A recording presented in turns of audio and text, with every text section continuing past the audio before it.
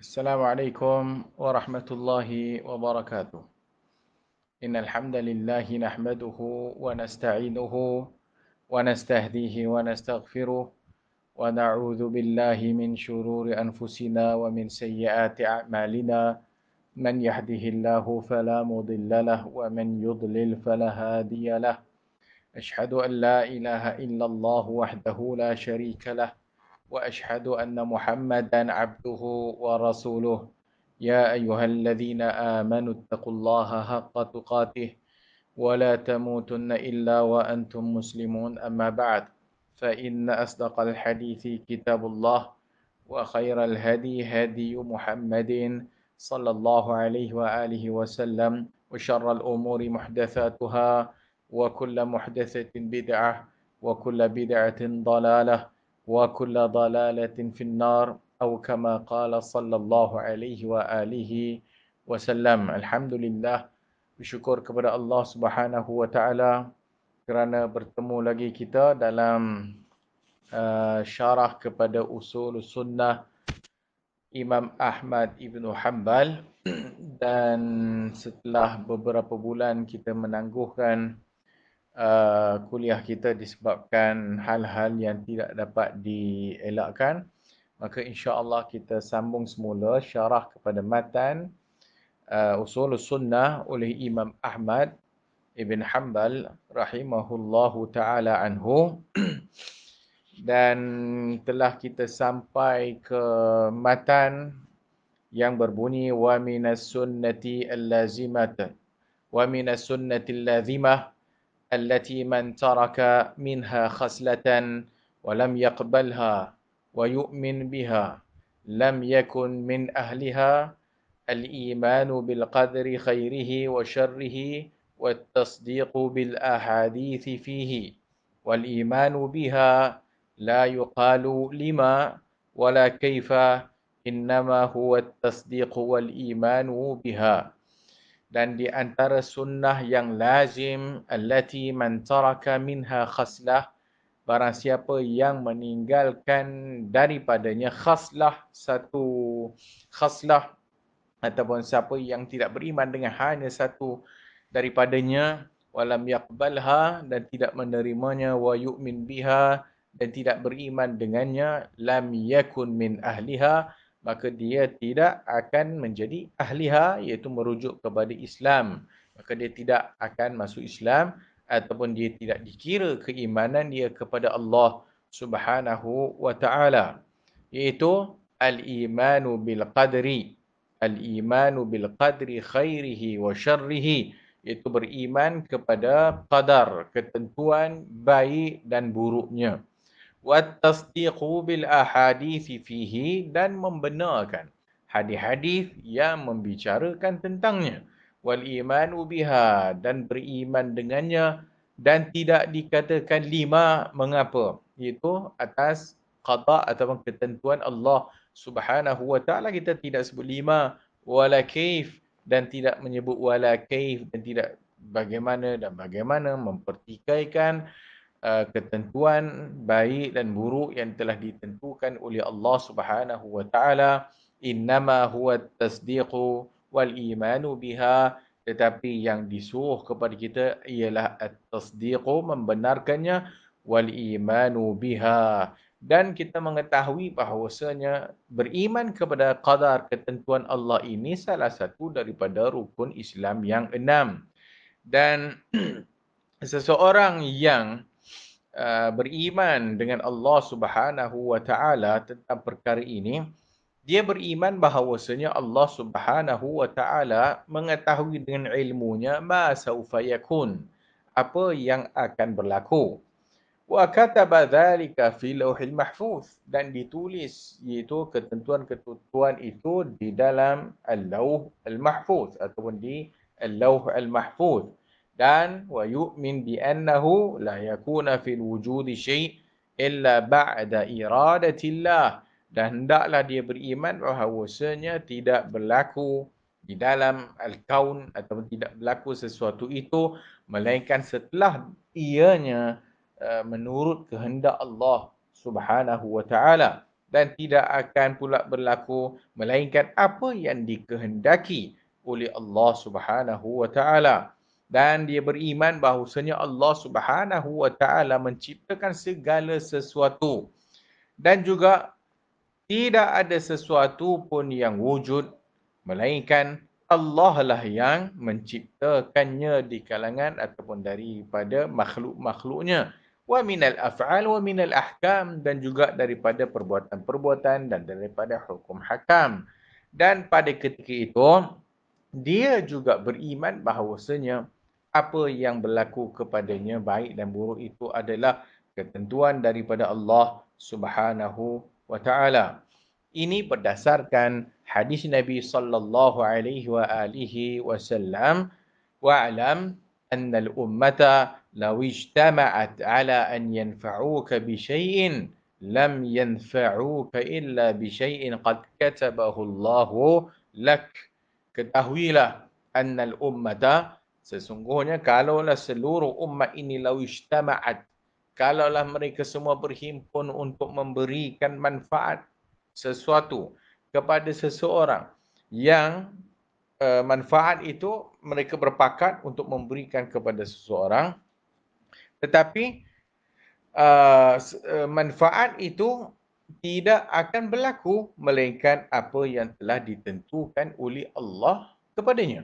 Maksudnya kalau sekiranya seluruh umat berhimpun untuk memberi manfaat kepada seseorang tetapi Allah Subhanahu wa taala tidak menentukannya dapat kepada orang itu, maka dia tidak akan dapat. Maka sebaliknya. Dan kalau mereka berhimpun ayyadurruka untuk memberi mudarat bisyai'in, iaitu nak memudaratkan seseorang, perkara itu tidak akan berlaku melainkan kalau sekiranya mudarat tersebut telah ditentukan oleh Allah Subhanahu wa taala ataupun telah diberi izin oleh Allah Subhanahu wa taala. Dan disebut waqa'atil aqlam wa jaffatis suhuf, maka telah pun kering ataupun wa jaffatis suhuf, telah pun kering as-suhuf, dan juga rufi al-aqlam, maka pen pun telah diangkat dan sebagainya. Hadis Nabi SAW ini menjelaskan kepada kita ialah qadar ataupun qadar, ketentuan Allah Subhanahu wa taala. Juga hadis yang selalu kita dengar, iaitu hadis yang ada di dalam hadis 40, iaitu apabila Nabi SAW menceritakan bagaimana penciptaan manusia di dalam perut ibunya daripada air mani, kemudian bertukar menjadi mudghah, kemudian alaqah dan sebagainya, sehinggalah ditiupkan kepadanya ruh, dan setelah ditiupkan kepadanya ruh, maka dituliskan fayu'maru bi arba'i kalimat, maka disuruh untuk menulis dengan 4 perkara, iaitu rezekinya, ajalnya, amalnya, sama ada syaqiyun atau sa'idun, sama ada ianya celaka ataupun bahagia. Dan ketika mana para sahabat radhiyallahu anhum ajma'in mendengar apa yang disebutkan oleh Nabi sallallahu alaihi wasallam, itu semuanya telah ditentukan, ajalnya, rezekinya, sama ada dia itu bahagia ataupun sebaliknya, maka mereka pun berkata kepada Rasulullah sallallahu alaihi wasallam, alla nad'u al-amal, adakah kita ini tak payah lagi beramal, wa nattakilu ala kitabina, dan cukuplah berserah kepada apa yang telah ditentukan kepada kita. Maka Nabi SAW menjawab, i'malu, maka beramallah kamu semua, fa kullu muyassarun lima khuliqa lahu, maka semuanya akan dimudahkan kepada apa yang telah ditentukan kepadanya. Maka ini iman kita ahli sunnah wal jamaah terhadap qada, itu ketentuan baik dan buruk oleh Allah Subhanahu wa taala. ومن لم يعرف تفسير الحديث ويبلغه عقله فقد كوفي ذلك وأحكم له فعليه الإيمان به والتسليم له مثل حديث الصادق المصدوق ومثل ما كان مثله في القدر. Itu sebagaimana yang telah kita jelaskan tadi. ومن لم يعرف تفسير الحديث, bagi mereka yang tidak mengetahui ataupun tidak boleh memahami tafsir al-hadis, tafsiran hadis, wa yablughu aqluh faqad kufiya dhalika wa uhkima lah, Maka bagi mereka yang tidak berkemampuan untuk memahami sesuatu hadis ataupun memahami hadis di dalam masalah qada dan qadar ini, maka fa'alaihi imanu bihi, maka wajibnya atasnya untuk beriman dengan wa taslimu lahu, dan juga menerimanya dan juga berserah kepada Allah Subhanahu wa taala. Seperti hadis yang telah kita bacakan tadi, itu hadis as-sadiqul masduq, iaitu hadis Abdullah bin Mas'ud radhiyallahu an, boleh rujuk kepada hadis yang keempat dalam hadis yang 40, dan juga wa mislu ma kana mithlahu fil qadar, dan semua hadis-hadis yang berkaitan yang seumpamanya tentang masalah qadar, ketentuan baik buruk yang telah ditentukan oleh Allah Subhanahu wa taala. Maka matan ini adalah juga suatu perkara yang penting kepada ahli sunnah wal jamaah di dalam masalah qada dan qadar. Pada kelas yang lalu kita telah menyebutkan maratibul qadar, iaitu martabat qadar, ketentuan Allah, bagaimana kita beriman kepada qada dan qadar Allah Subhanahu wa taala. Jadi ini adalah keimanan kita dan termasuk dalam rukun Islam yang 6, maka ianya penting untuk difahami dan diamalkan, kerana masalah yang berlaku kadang-kadang kepada umat Islam pada ketika ini, kadang-kadang mereka ini tidak memahami bagaimanakah iman yang sebenar kepada qada dan qadar Allah Subhanahu wa taala. Jadi seperti yang disebut oleh Imam Ahmad dalam matan dalam usul sunnah ini, maka ianya suatu perkara yang mesti diimani. Dan kalau sekiranya tidak beriman dengannya, walaupun sekelumit ataupun sebisa bidik sawi kita tidak beriman tentang qada dan qadar Allah SWT, baik dan buruk yang telah ditentukan kepada kita, maka itu tidak dikira ia beriman kepada Allah Subhanahu wa taala. Dan mesti kita beriman dengan ayat-ayat Quran dan juga hadis-hadis Nabi sallallahu alaihi wasallam yang membicarakan persoalan ini, itu persoalan qada, itu ketentuan baik dan buruk yang telah ditentukan oleh Allah Subhanahu wa taala. Berikutnya kita sambung matan yang disebut oleh Al-Imam Ahmad. Wa mislu ahadithir ru'yah كلها وإن نبت عن الأسماع واستوحش منها المستمع وإنما عليه الإيمان بها وأن لا يرد منها حرفا واحدا وغيرها من الأحاديث المأثورات عن الثقات. ومثل dan seumpamanya. Maka setelah disebut tadi antara sunnah yang lazim ataupun usul akidah yang lazim, usul sunnah yang lazim, yang kalau sekiranya kita meninggalkan salah satu khaslah daripadanya, maka tidak menerima dan tidak beriman dengannya, maka antaranya juga disebut wa mislu ahadisir ru'yah. Antaranya adalah hadis-hadis yang membicarakan berkenaan ar-ru'yah. Ar-ru'yah di sini bermaksud beriman bahawasanya orang-orang mukminin, orang-orang yang beriman kepada Allah Subhanahu wa taala akan melihat Tuhan mereka fil jannah, akan melihat Tuhan mereka di dalam syurga. Maka ini perkara yang sabit dan datang dengan hadis-hadis daripada Rasulullah sallallahu alaihi wasallam. Dan kalau sekiranya kita tidak beriman dengannya, maka dia memberikan kecacatan kepada akidah kita. Maka hadis ru'yah dikata hadis ru'yah semuanya sekali. Wa in nabata 'anil asma' wastawhasha minha al-mustami' wa in nabat, iaitu datang daripada 'anil asma', daripada yang kita dengar, wastawhasha minha al-mustami', dan juga banyak juga berlaku orang yang mendengarnya wastawhasha, rasa pelik dan sebagainya. Wa innama alaihi al-imanu biha, tetapi yang wajib kepada kita adalah beriman dengannya, iaitu beriman dengan hadis-hadis ar-ru'yah, iaitu beriman dengan hadis-hadis Nabi sallallahu alaihi wasallam yang membincangkan dan yang menjelaskan kepada kita tentang keimanan kita tentang ru'yah, iaitu orang-orang beriman akan melihat Allah Subhanahu wa taala pada hari akhirat besok.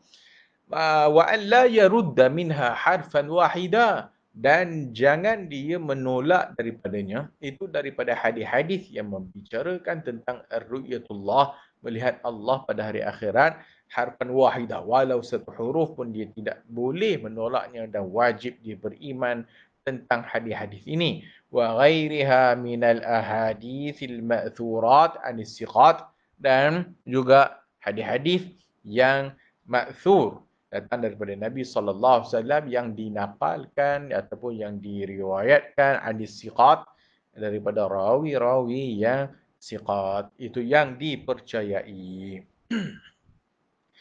Antara tentang firman Allah Subhanahu wa taala tentang masalah ini seperti dalam surah Yunus ayat 26.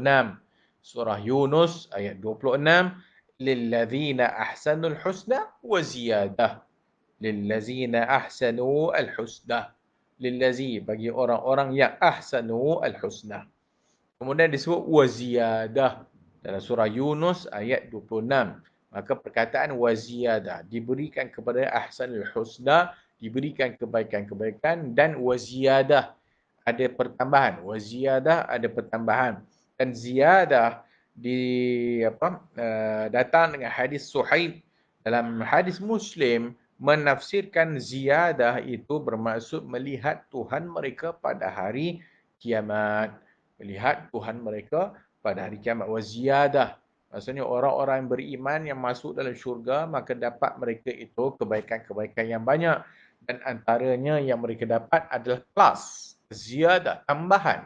Maka tambahan yang didapatkan oleh orang-orang yang beriman itu apa dia?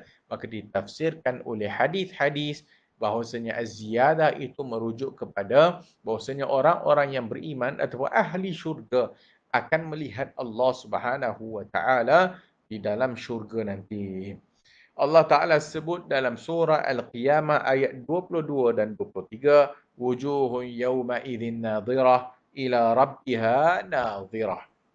Wujuhun yawma idzin, wajah-wajah mereka itu orang beriman pada hari akhirat besok nadhirah.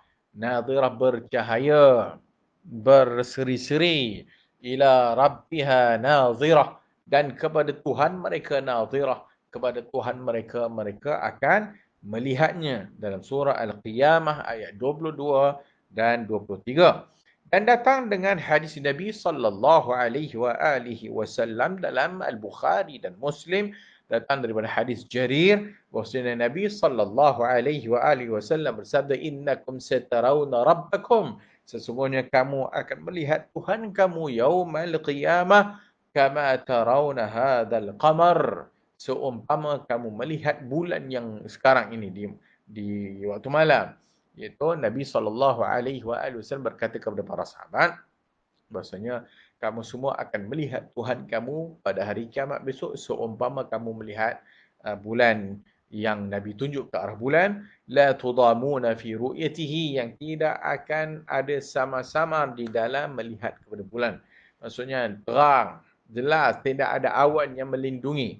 Maka Nabi kata kamu semua akan dapat melihat Tuhan kamu pada hari kiamat, masuk pada hari kiamat dalam syurga, dan tidak ada yang menutupnya, ataupun dia akan melihat dengan begitu jelas sekali wajah Allah Subhanahu wa taala.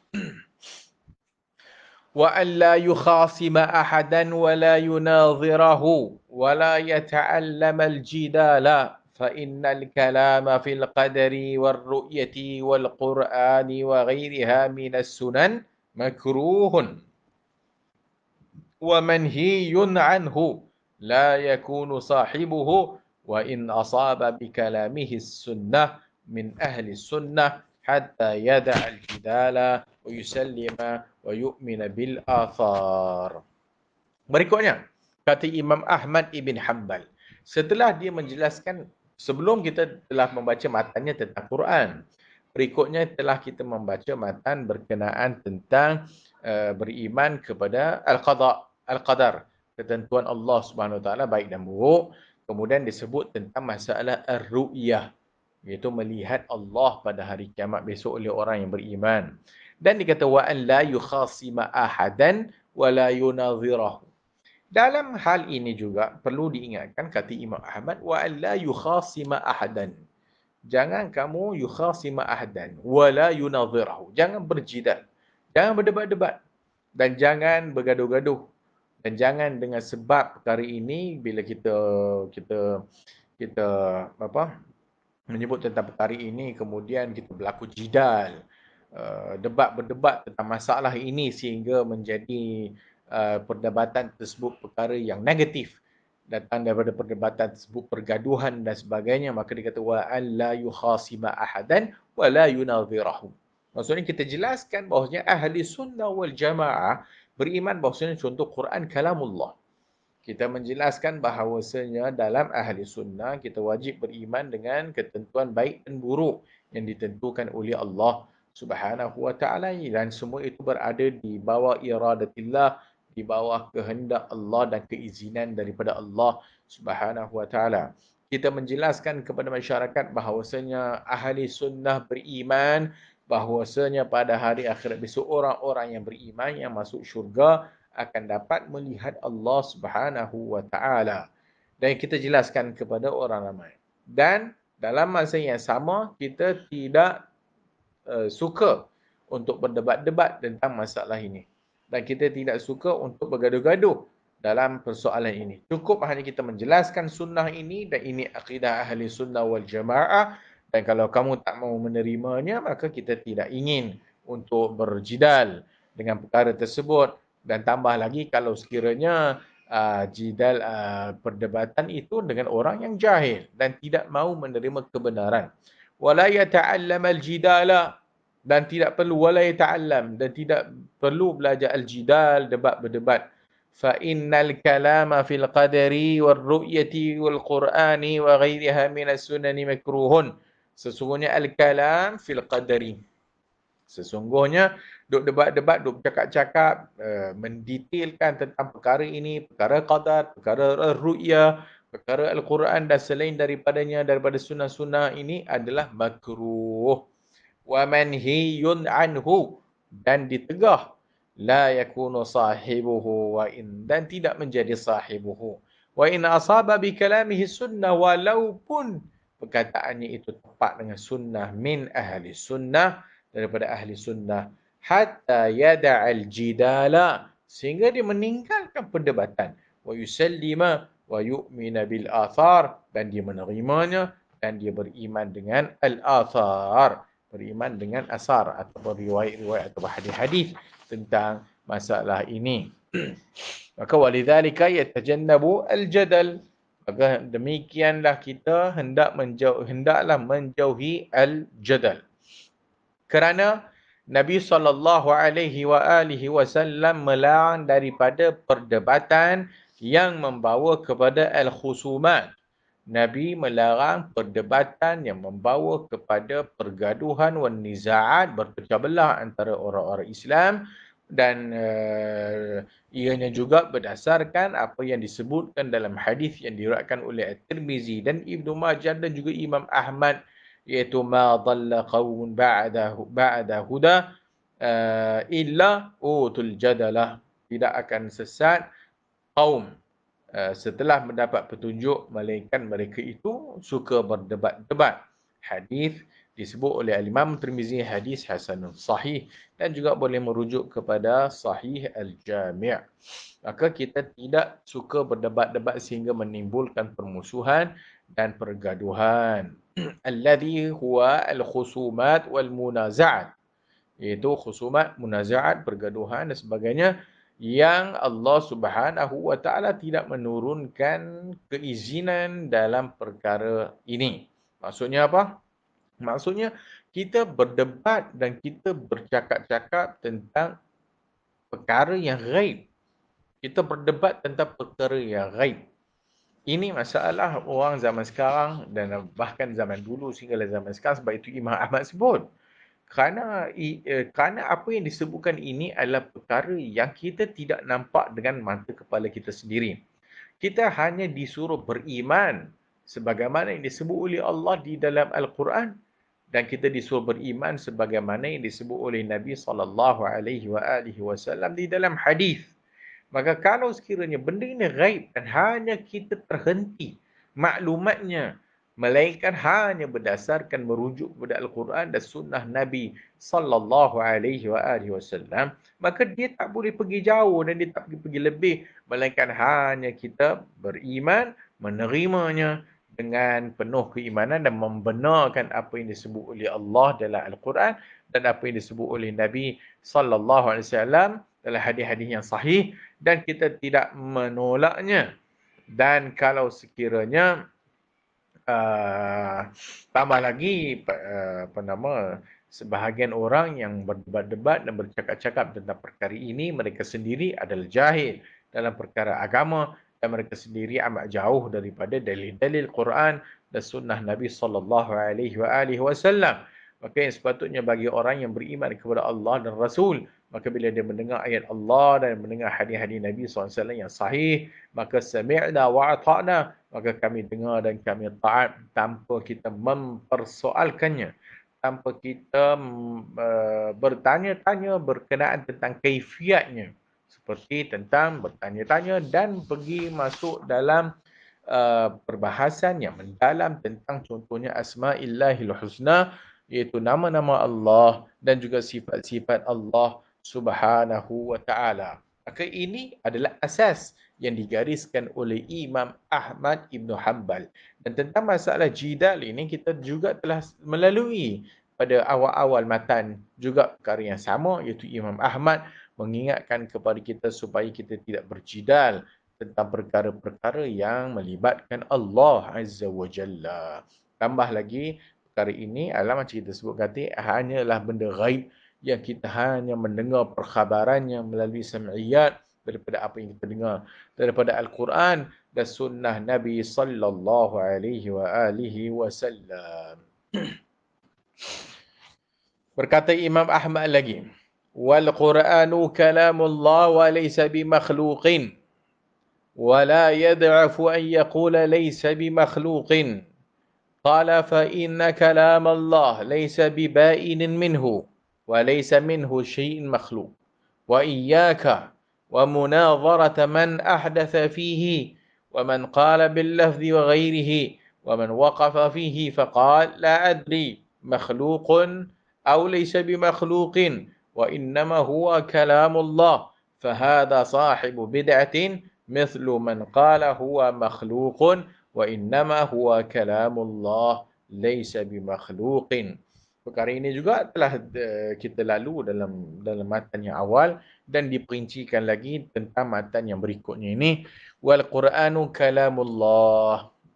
Dan Al-Quran itu adalah kalam Allah. Al-Quran itu adalah perkataan Allah. Al-Quran itu adalah percakapan Allah, kalamullah. Wa laysa bimakhluqin, dan tidaklah percakapan ataupun kalamullah itu makhluk. Wa la yad'afu an yaqul laysa bimakhluqin. Bahkan kita tidak menambah pun dalam perkataan laysa bimakhluqin. Sebagaimana yang telah kita jelaskan banyak kali bahawasanya al-aslu, asal ahli sunnah menyatakan Al-Quran kalamullah. Ustaz, Al-Quran kalamullah. Al-Quran itu perkataan daripada Allah Subhanahu wa taala. Maka kita tidak menambah pun laisa bi makhluqin. Dia kalamullah, perkataan Allah, tidak makhluk. Maka tak perlu pun untuk menambah laisa bi makhluqin. Kerana ahli sunnah telah memahaminya. Al-Quran kalamullah, perkataan Allah, percakapan Allah. Qala fa inna kalam Allah laysa biba'inin minhu. Kerana kalam Allah laysa biba'inin minhu. Kalam Allah bukan terpisah daripadanya. Wa laysa minhu syai'in makhluk. Dan tidak ada daripada Allah Azza wa Jalla syai' yang dikata makhluk. Tidak ada daripada Allah dan daripada zat yang bercantum dengan Allah itu makhluk. Maka barang siapa yang mengatakan apa yang bercantum dengan Allah dan daripada Allah itu makhluk, maka itu syirik. Wa iyyaka wa munazarata man ahdasa fihi, dan hati-hati, jaga-jaga awas daripada munazarah, daripada berdebat-debat. Man ahdasa fihi, bagi orang yang buat bid'ah tentang perkara ini, man ahdasa fihi. Maka diulangi lagi. Kita cukup dengan beriman dengan bahawasanya Al-Quran kalamullah. Maka tak perlu untuk kita berdebat-debat dan tak perlu untuk kita memperincikan. Maksudnya kalamullah, kalau sekiranya daripada yang kita tulis, kalau sekiranya kita cakap, kalau sekiranya ini makhluk dan ini. Kita tak perlu pun. Dan tidak perlu untuk mendetailkannya kerana ahli sunnah cukup dan telah memahami. Bahkan inilah akidah ahli sunnah yang begitu mudah dan simple. Maka wa iyyaka wa munazarata man ahdasa fihi. Jaga-jaga daripada kaum munazarah dengan orang yang berbuat bid'ah tentang perkara ini. Kenapa dikata begitu? Ini berdasarkan hadis Nabi sallallahu alaihi wa alihi wasallam, al-mira'u fil Qur'ani kufrun. Al-mira'u fil Qur'ani kufrun. Al-mira' berdebat-debat fil Qur'ani tentang Al-Quran, kufrun, adalah kekufuran. Kata Syekh Ahmad Syakir, isnaduhu sahih, sanadnya sahih. Dan hadis diriwayatkan oleh Abu Daud. Perkara ini diingkari oleh Al-Mu'tazilah dan sebagainya, Al-Ibadiyah dan sebagainya, dan orang-orang ahli bid'ah yang seumpamanya yang mengikut jejak langkah mereka, iaitu Al-Mu'tazilah. Mereka innahu makhluqun wa ja'ahu kasairi makhluqat, maka dikatakan ianya makhluk dan dia menjadilah perbahasannya seperti makhluk-makhluk yang lainnya. Maka ini orang man ahdasa fihi, maka inilah dia antara contoh orang yang berbuat bid'ah tentang masalah ini. Wa man qala bil lafzi wa ghairihi, dan juga bagi orang yang berkata bil lafzi wa ghairihi. Ini juga ada satu masalah. Maksudnya macam kita sebut Al-Quran kalamullah, tapi duk merepek, duk sibuk nak mendalam-dalam tentang perbahasan, maka lafzi bil Quran makhluk, lafaz aku dengan Quran makhluk, maka diperincikan dengan perkara yang tidak diperlukan. Wa man waqafa fihi faqala, ada juga sebahagian orang yang tawakuf. Dia ni lagilah, hak ni pun dok, hak ni pun dok. Maka dia ni kata la adri, aku tidak tahu makhluqun aw laysa bi makhluqin. Aku tak tahu Al-Quran ni adakah makhluk atau ghair makhluk. Adakah makhluk ataupun bukan makhluk. La adri, aku tak tahu. Ini juga bidah. Wa innama huwa kalamullah, kata Imam Ahmad. Sesungguhnya ia adalah kalamullah. Fahadha sahibu bid'atin. Maka ini adalah sahibu bid'ah. Ahli bid'ah. Mithlu man qala huwa makhluk. Maksudnya sesiapa yang kata la adri, aku tak tahu adakah Quran itu makhluk atau benda, maka ini juga adalah ahli bid'ah seumpama mereka yang kata bahawasanya Al-Quran makhluk.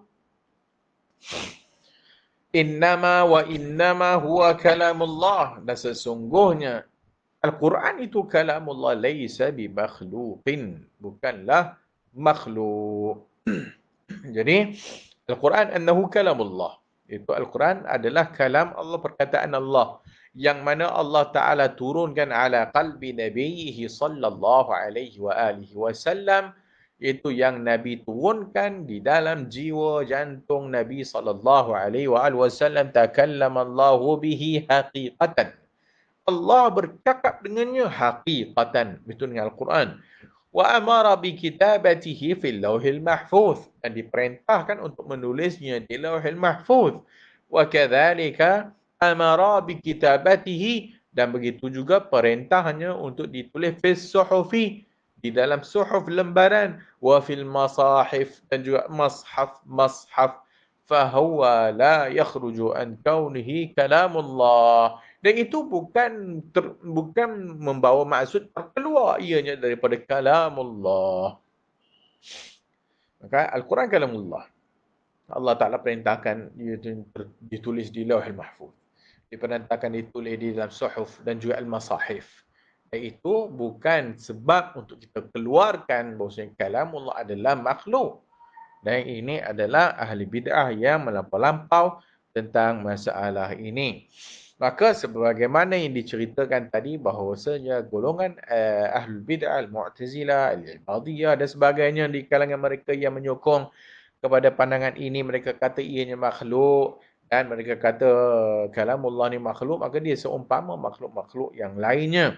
Maka ahli sunnah menolak dan mengkritik dan menjelaskan bahawasanya Allah Subhanahu wa taala mutakallimun, maha bercakap-cakap. Wa yatakallamu idza syaa, Dan Allah akan bercakap apabila dia kehendaki.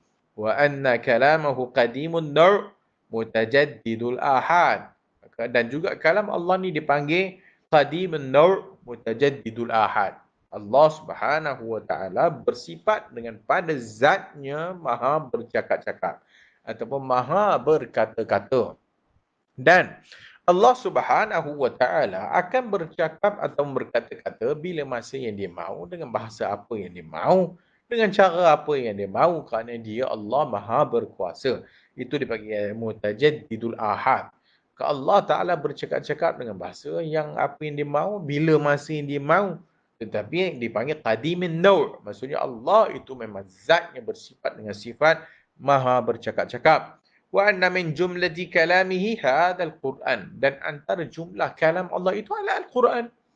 Kerana kita tahu bahawa sebelum Al-Quran adanya kitab Zabur, adanya Injil, adanya Taurat, adanya suhuf-suhuf. Maka itu semua adalah kalam Allah tapi bukan bahasa Arab. Maka Allah Taala dengan sifat azalinya Maha bercakap-cakap, Maha berkata-kata, Allah tidak bisu. Hasya wa kallah. Allah Maha berkata-kata.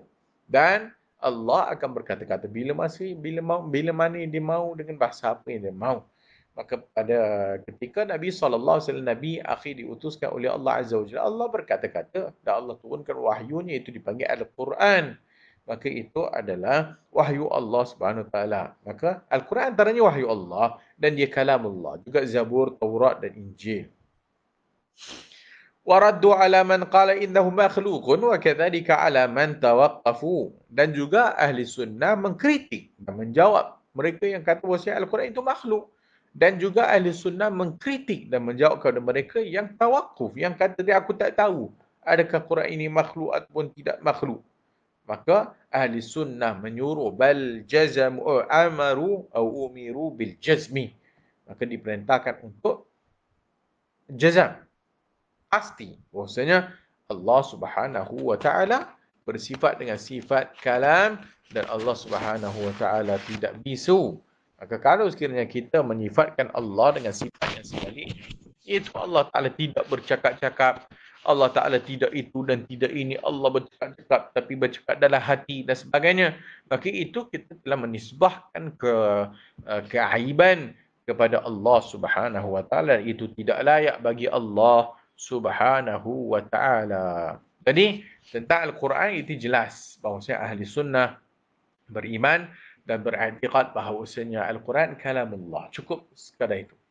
Dan tidak perlu untuk ditambah-tambah, tidak perlu untuk diperdalam-dalamkan, kerana ianya tidak memberi faedah langsung. Seumpama orang yang mendalam-dalam perbahasan yang tentang sifat Allah dan nama-nama Allah, maka itu tidak perlu, kerana buang masa dan kerana kita tidak tahu melainkan apa yang diberitahu oleh Allah dan Rasul. Tiba-tiba kita berjidal, berdebat, dan kita duk bahas mendalam-dalam tentang masalah sifat Allah dan apa nama-nama Allah dan sebagainya, maka apa yang kita dapat? Akhirnya ke mana kita mau pergi? Maka sebab itu ahli sunnah begitu simple akidahnya, yang boleh diimani oleh orang yang secerdik-cerdiknya dan boleh diimani dengan orang sebodoh-bodohnya ataupun orang yang tak berapa nak capai akal yang tinggi juga wajib beriman kepada Allah Subhanahu wa taala. Maka tidak perlu untuk berdebat-debat dan memperdalam-dalamkan tentang persoalan ini. Maka Imam Ahmad telah menggariskan panduan kepada kita dengan melalui matan usul sunnahnya. Maka dia kata begitu simple bahwasanya Al-Quran kalamullah, tak perlu tambah laysa bimakhluqin dan sebagainya. Kemudian mengkritik kepada orang-orang yang mengatakan dia makhluk dan sebagainya.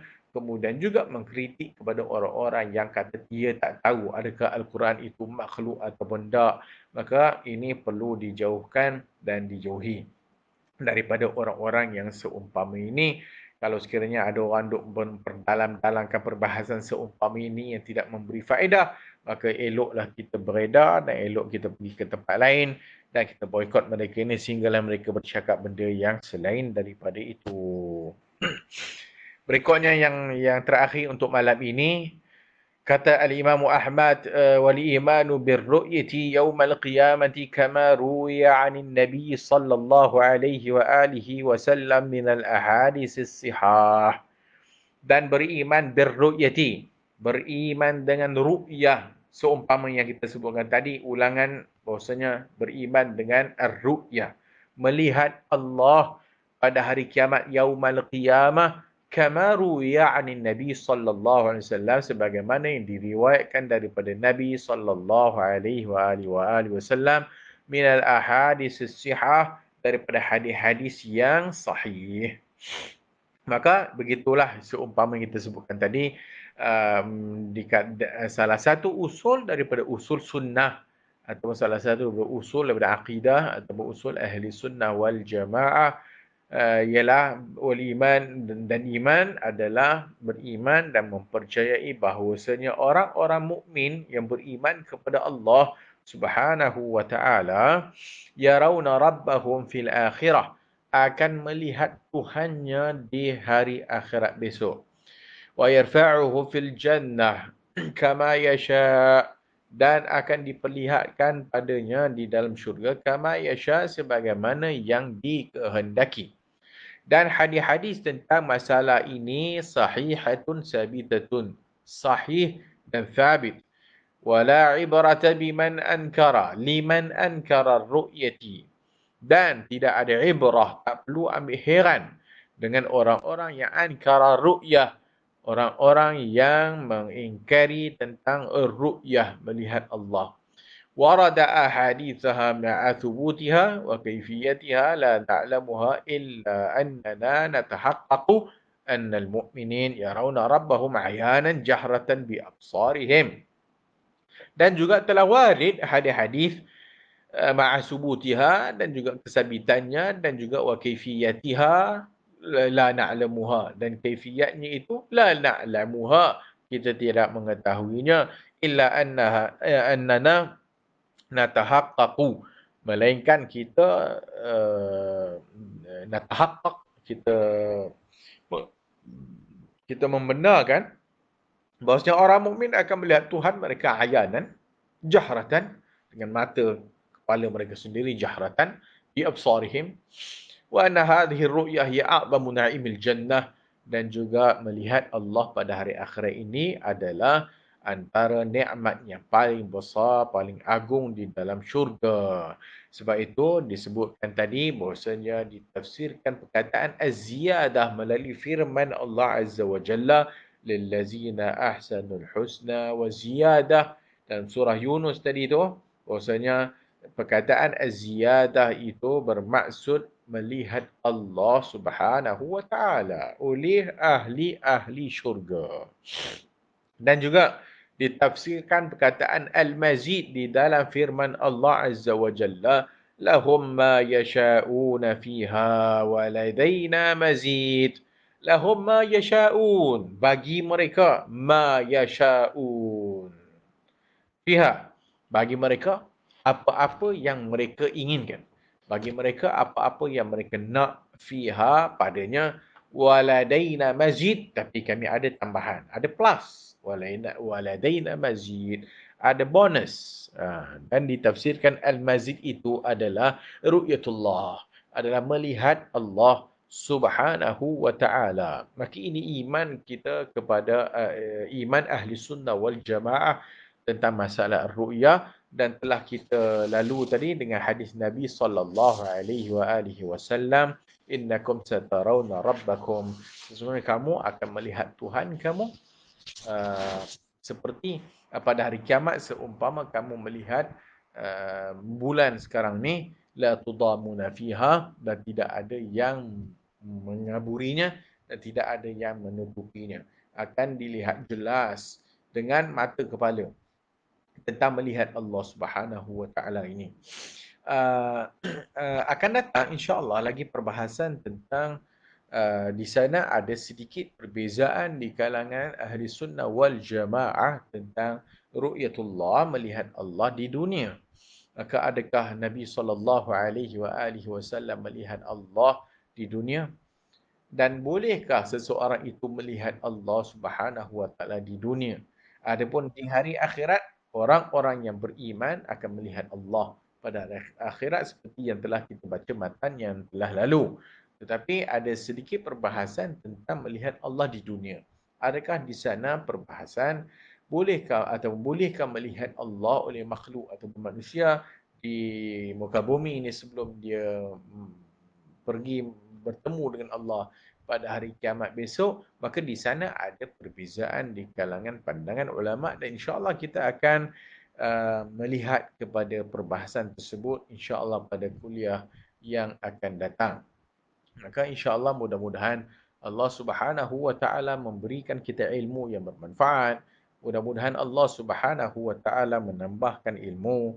Mudah-mudahan Allah Subhanahu wa taala akan memberi kita kefahaman yang jelas dan juga beriman dengan akidah yang sahih dan juga pentingnya macam kita sebut alhamdulillah kita baca kitab ini ditulis oleh Imam Ahmad ini Usul Sunnah, maka ini penting kepada kita kerana Imam Ahmad menggariskan akidah-akidah ataupun usul-usul yang penting di dalam perbahasan akidah bagi seorang mukmin, terutamanya sebagai ahli sunnah wal jamaah yang beriman kepada Allah dan Rasulullah sallallahu alaihi wa alihi wasallam.